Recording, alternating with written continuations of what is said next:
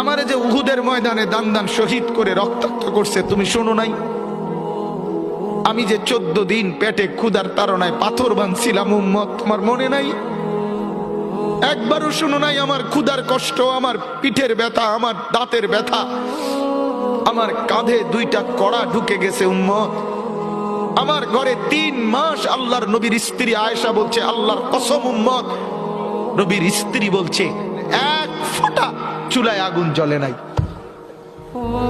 নওজোয়ান আপনারা বলেন বাপ, আজকে যাদের 1 বছর 6 মাস 2 বছর কোনদিন ফজরের নামাজ পড়েন না, দিনের পর দিন রাতের পর রাত যায়, এভাবেই 6 মাস, এভাবেই 1 বছর, এভাবেই 2 বছর, আপনি জানেনও না ফজরের ওয়াক্ত হয় কখন, ফজরের জামাত হয় কখন।